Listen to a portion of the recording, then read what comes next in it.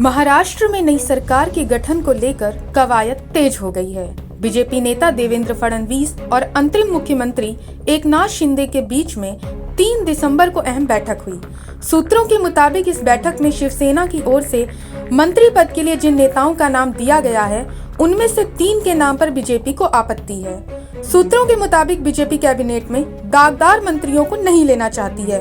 वो चाहती है कि सरकार में साफ सुथरी छवि वाले नेताओं को ही जगह दी जाए। इसके बाद से माना जा रहा है कि महायुति की नई सरकार में स्वच्छ चरित्र और भ्रष्टाचार के आरोपी पूर्व मंत्रियों की छुट्टी कर दी जाएगी।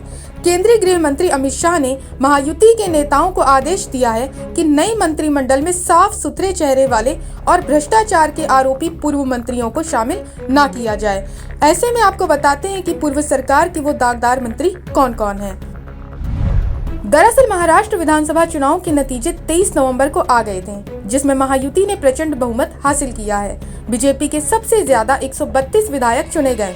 वहीं शिवसेना ने 57 और एनसीपी ने 41 सीटों पर जीत हासिल की है। जेएसएस को 2 और आरएसजेपी को 1 सीट पर जीत मिली है।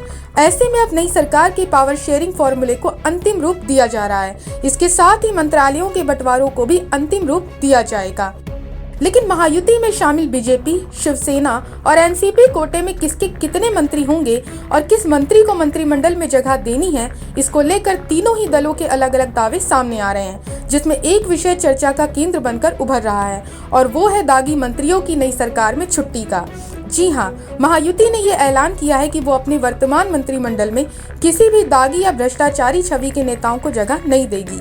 ऐसे में अब आपको बताते हैं कि वो दागी मंत्री कौन कौन हैं, जिन्हें नहीं मिलेगी कैबिनेट में जगह।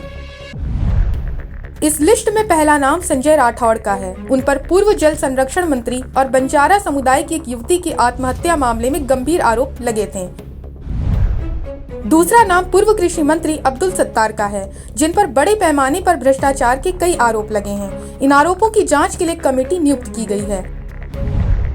तीसरा नाम पूर्व स्वास्थ्य मंत्री तानाजी सावंत का है, जिन पर विभाग के कामकाज में वित्तीय कुप्रबंधन के आरोप लगते रहे हैं। साथ ही पार्टी संगठन से नाराजगी की शिकायतें भी कई बार प्रमुख नेता एकनाथ शिंदे के पास आ चुकी हैं। अगला नाम पूर्व मंत्री दीपक केसरकर का है, जिन पर शिवाजी महाराज पर टिप्पणी करने का, प्रवासी साथियों के साथ काम करने में असमर्थता के साथ उनकी नाराजगी भी सामने आई थी। गौरतलब है कि महाराष्ट्र की नई सरकार का शपथ ग्रहण 5 दिसंबर को दक्षिण मुंबई के आजाद मैदान में होगा, जहां सीएम और 2 डिप्टी सीएम शपथ लेंगे, जिसके बाद तीनों पार्टियों के बीच मंत्रिमंडल और विभागों के बंटवारे को अंतिम रूप दिया जाएगा। शपथ ग्रहण समारोह में प्रधानमंत्री नरेंद्र मोदी और अन्य शीर्ष नेताओं की मौजूदगी रहेगी। सूत्रों के मुताबिक 4 दिसंबर दोपहर 3:30 बजे महायुति के नेता महाराष्ट्र के राज्यपाल से मिलकर मंत्रियों की लिस्ट सौंपेंगे। इस पत्र के जरिए बीजेपी नेता राजभवन में राज्यपाल के सामने सरकार बनाने का दावा पेश करेंगे। आपको बता दें कि महाराष्ट्र में पावर शेयरिंग को लेकर 11 दिनों से खींचतान चल रही है। महाराष्ट्र में नई सरकार में हिस्सेदारी की लड़ाई देखने को मिल रही है। वहीं पिछले 24 घंटे से अजीत पवार दिल्ली में ही डेरा डाले हुए हैं, जबकि 5 दिसंबर को मुंबई में शपथ ग्रहण समारोह है। इन सब के बीच एक बात और है, और वो ये है कि बीजेपी ये नहीं चाहती है कि महायुति में किसी तरह की रार रहे। वो ये संदेश देना चाहती है कि सीएम से लेकर मंत्रालयों तक का बंटवारा आपसी सहमति से हुआ है। इसलिए दिल्ली से लेकर मुंबई तक बैठकें हो रही हैं और किसी तरह की जल्दबाजी नहीं दिखाई जा रही है। वहीं एकनाथ शिंदे और अजित पवार पहले ही ये साफ कर चुके हैं कि वो बीजेपी हाईकमान के फैसले के साथ खड़े हैं और उन्हें बीजेपी हाईकमान का हर फैसला मंजूर होगा। हालांकि दिल्ली से लौटने के बाद महायुति की मुंबई में बैठक होनी थी, लेकिन एकनाथ शिंदे के कार्यक्रम में अचानक बदलाव होने से गठबंधन में असहज की स्थिति बनी हुई है। फिलहाल महाराष्ट्र विधानसभा चुनाव के नतीजे आए अब 10 दिन बीत चुके हैं, लेकिन अभी भी राज्य में नई सरकार का गठन नहीं हो पाया है। राज्य की जनता ने महागठबंधन को स्पष्ट बहुमत जरूर दिया है, लेकिन सियासी दिक्कतों की वजह से नई सरकार के गठन में देरी हो रही है। इससे पहले महागठबंधन में मुख्यमंत्री पद को लेकर खींचतान चल रही थी।